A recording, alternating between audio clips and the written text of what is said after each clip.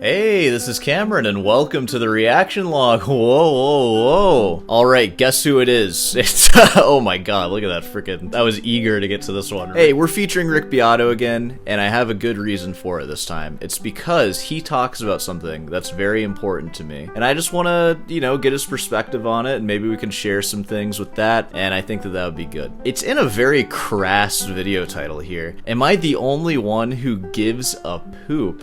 Oh my god, dude. Rick, you're gonna lose your channel with titles like that. Why do I care? Why do I care, Rick? I don't know, let's find out. I've watched a little bit of it, that's how I know the subject of this. Basically, he's gonna talk about Bach and how nobody likes Bach anymore, but guess what, Rick? I still like Bach, because I am a classical guitarist. What does it mean to be a classical guitarist? It means that you care about Bach. Alright.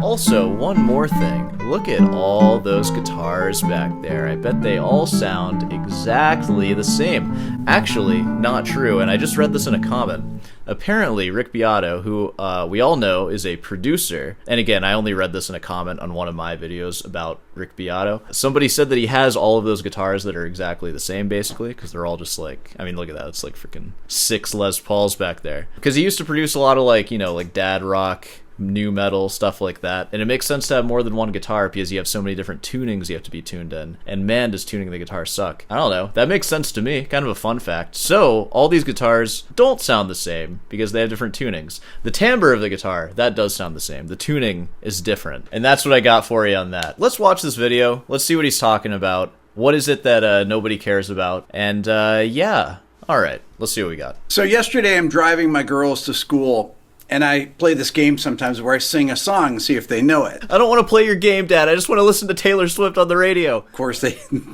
hate when I play this game. Ah, well, there we go. Yeah. Dude, that's so great. You being aware of that makes that even funnier. You're still playing. You're still going to play the game. These kids have to get educated one way or another. I go, ba ba ba ba ba. Lennon's already like, ba ba ba. Jurassic Park? I don't know. That's a tough one. What is it? I know what that is. I said, what? She goes, Alan Holdsworth, City Nights. Dude, what? They're throwing out answers like that, and you said that they hate when you play this? I don't know, man. For those of you that may not know that tune, that's this.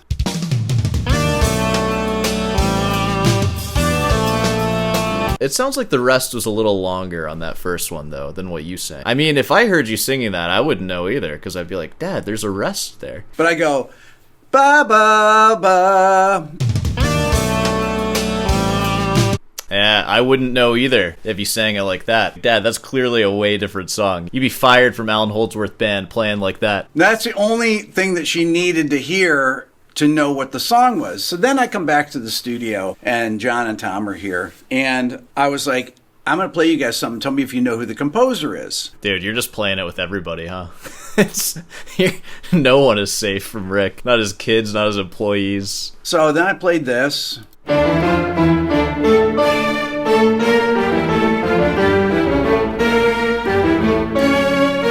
Can you name it? I should be able to name it, but I can't. I know that it's Bach.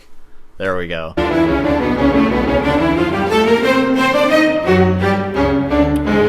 Man, that is pretty swanky, though. I want to listen to it now. Oh, man. Bach was so good, wasn't he? So much drama just in that opening. Like, I feel like I've been told a 30-minute story already. Yeah. Sounds like it's in D minor, I'll tell you that. Oh, look at that. I don't know how I knew. How does he do it? How does he know? Honestly, it might have been Avenged Sevenfold that helped me with that. I feel like I'm really good at identifying keys if it's D minor.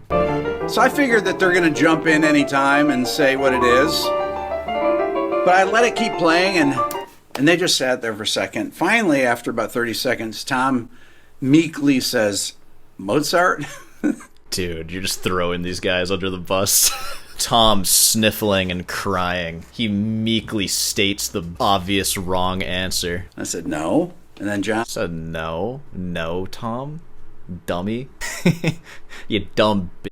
Looks at me and he goes, with a question mark, Bach? And I said, yes. Yeah, good job, Tom. You got it. That's the key. Here, there we go. Keyboard Concerto number 1 in D minor. I might have already had D minor in my head. I don't want it to seem like I can just name any key of anything. When did Bach live? Like, what are his dates? You guys know exactly when it was? And You guys know exactly when it was? Like, no? Who knows that? born in 1685 and died in 1750. That marks an era.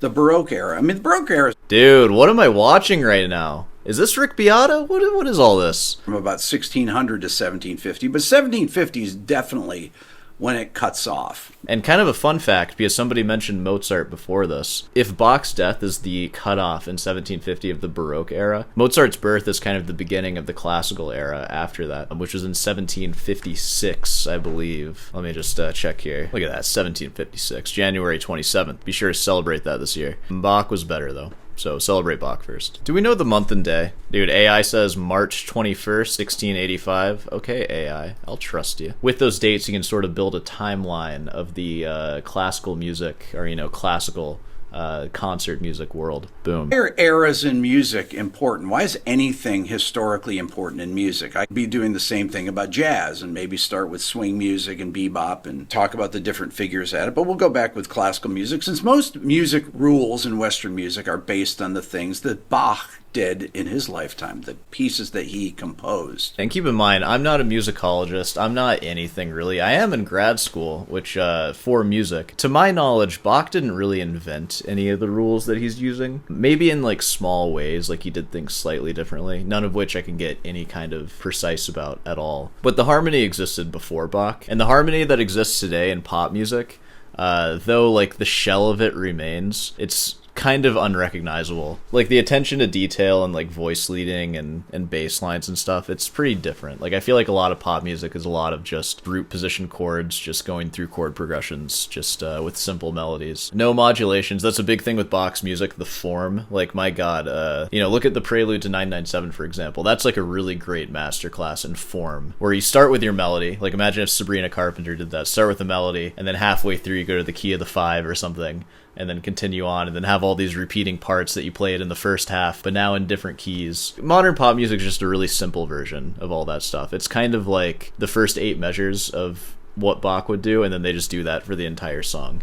is sometimes what it feels like. I think that people should know these style periods, at least a few of them, and maybe some of the composers associated with them. And why do I think that? It probably goes back to the time when I did my first college audition. I was humiliated by the fact that I didn't know I needed to learn a piece from 3 different style periods on classical guitar. Now Whoa, dude, did you do a classical audition or something? By the way, Rick, I've been humiliated so many times. In auditions, too. Also outside of auditions. I basically have a career off of humiliating myself now. My first auditions for college, I auditioned for the jazz school, too, and I did not get in. I was not ready for that at all. I did have my classical music in order. I feel like there's so much expected of an 18-year-old going into university. And it's like, what are they supposed to know when they're 18? Like, I feel like as long as they have an open mind and a decent attitude, by the time they're 22 and graduating, they'll learn everything they need to learn. I just distinctly remember that, being humiliated for not knowing enough when I was 18, and it's just like, come on, guys. Like, you're like professors. Like, I know I don't know what you guys know. It's not very nice. Anywho, neither here or there. Just any 3. But what did I do? I played 3 pieces from the Baroque era. Dude, I would have been fine with that. Were they upset with you about that? I mean, dude, honestly, if you play those pieces well, it's like, get out of here. Come on. Well, you think I can't play some stupid modern composition if I'm playing Bach really well? Like, seriously? Because of that, I didn't get into college. Dude, what freaking college were you auditioning for? Dude, I feel like any university at an undergrad level, if you came in with 3 Baroque pieces, they'd be like, okay, like, that's fine. Whatever. Unless you're auditioning for, like, Juilliard or something, where they're, like, really strict. That sucks that happened to you, man. You're telling me you could have been... Dude, your life path could have been classical guitar had this actually worked out. Dude. Oh, man, that's so sad. All right, let me see what school Rick Beato went to. Do some research here. Rick Beato Wikipedia. Yo, does Sore Hands have a Wikipedia? Somebody make it, please. American YouTuber, multi-instrumentalist, music producer, and educator. He studied at Ithaca College. Wait, he obtained a Bachelor of Arts degree in classical bass? He has a BA? Dude, what a freaking joke. That's what I have. And he earned his master's degree in jazz guitar from New England Conservatory of Music. Freaking educated as heck. Classical bass is very surprising. I would not have guessed that. I feel like I always kind of disregarded his classical knowledge, but apparently he's just a university degreed orchestra bass player. Who would have knew? I like how there's a hyperlink to the word classical.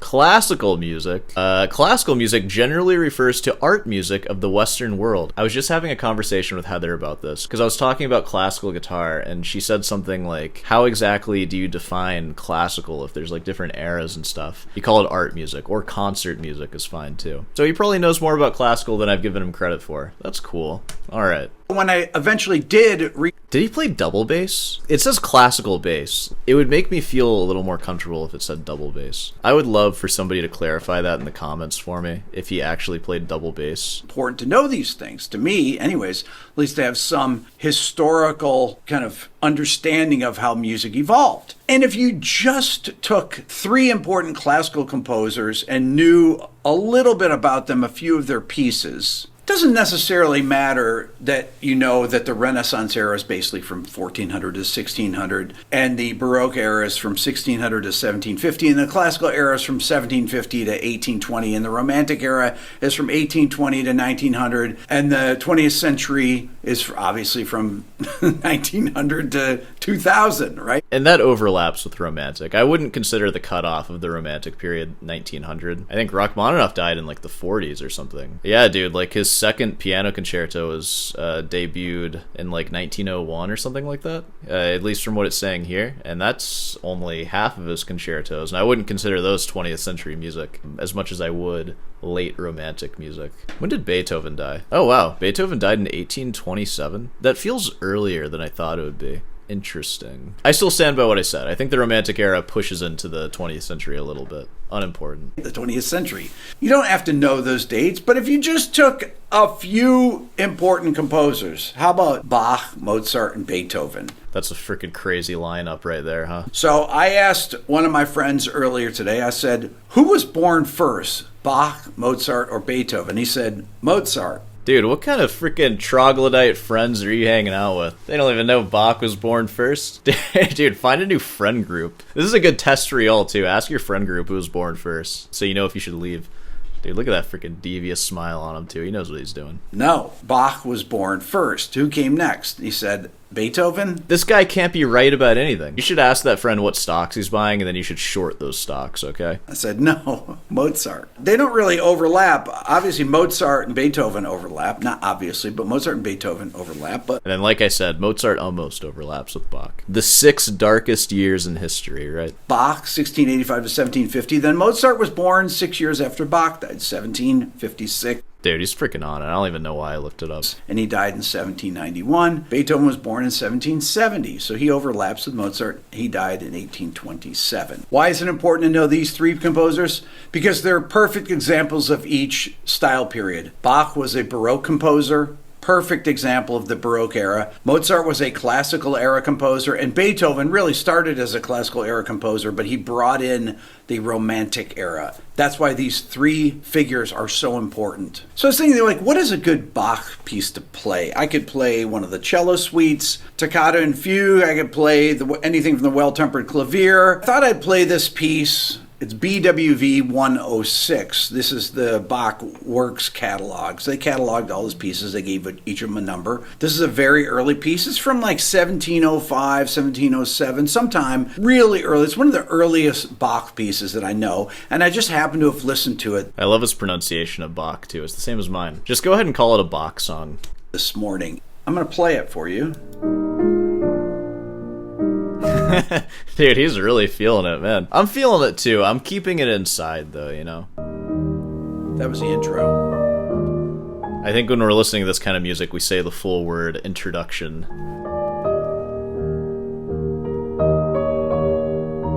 Wow. I don't know, I feel like BWV 997 beats it still.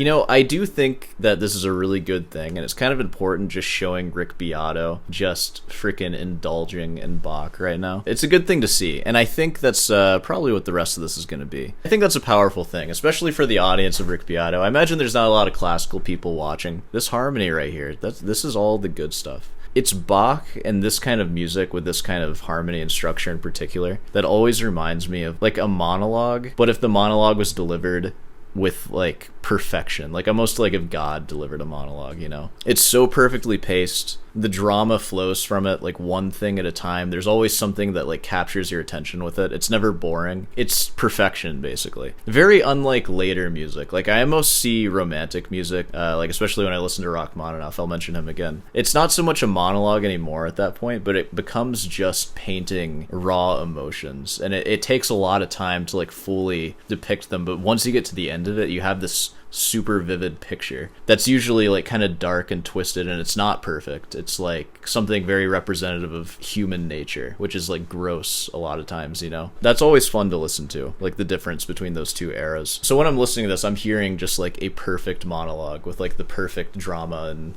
the perfect delivery and everything. Hopefully that's something for you.